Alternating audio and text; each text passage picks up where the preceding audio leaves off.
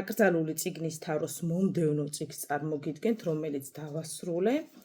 ნიკოს კაზანძაკისი ღვთის გლახა. რა თქმა უნდა, არის ძალიან რთული წიგნი, მძიმე წიგნი, ადამიანს თუ კი შეეძლო ამდენის მოთმენა, არ მეგონა, ვერ წარმოვიდგენდი მეცნო სიუჟეტი, იმიტომ რომ თანდათან მოგიყვებით რატომ მეცნო, აქ სამი მონიშნა გავაკეთე, ბევრი იყო უფრო, მაგრამ სამი ჩავინიშნე. ბეროლეონე წმინდანი ჰქვია იმას, ვინც ყოველივე მიწიერზეცა და ყოველივე ზეციურზეც უარი თქვა. დამეთანხმებით, რომ წმინდანობა ნამდვილად არის ასე. შემდეგი მონიშნა. წმინდანები გაგონილი მქონდა, როცა ღმერთზე ფიქრობდნენ, სხეულის სიმძიმეს ძლევდნენ და ჰაერში ჩერდებოდნენ.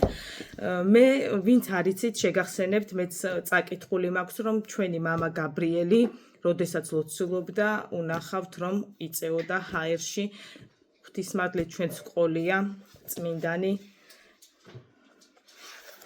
აქ მე ბერილეონე იყო ძალიან გულშემატკივარი, მეგობარი. ღამურა თავდაპირველად თაგვი იყო და ეკლესიის საძირკველში ცხოვრობდა. ერთ ღამეს სოროდან გამოძვრა, წმინდა საკურთხეველზე აცოცდა და ერთი ნატეხი სეფისკვერი შეჭამა.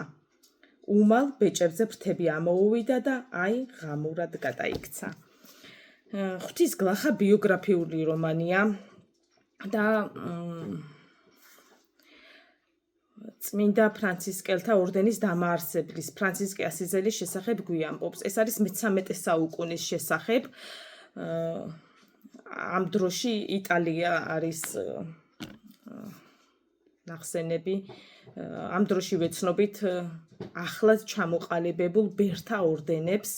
მე მახსოვს წმინდა ფრანცისკეზე რომ ვკითხულობდი, იქ ეწერა რომ ბალიში არ მინდაო, არ დამიდო, ეს უკვე ბოლო პერიოდზე გეუბნებით, სთხოვდა ბერლეონეს რომ ბალიში არ დამიდო, ქვა მომიტანეო, იმიტომ რომ ბალიში ამძიმებდა, ცუდად ხდიდა ბალიში და გამახსენდა შიო მღვიმელი ყავდა, თუ არ ვცდები, თუ სწორად მახსოვს, რომელიც ასე იყო ორმოში ქვაედო მე მგონი და მამა გაბრიელიც თუ არ ვცდები, ასე იყო დიდება უფალს და ვისაც გაინტერესებთ მსგავსი თემატიკის წიგნები, აუცილებლად კარგი იქნება რომ წაიკითხოთ, რა გზა გაიარა ბერმა წმინდა ფრანცისკემ იქამდე, სადამდეც ეს შეძლო.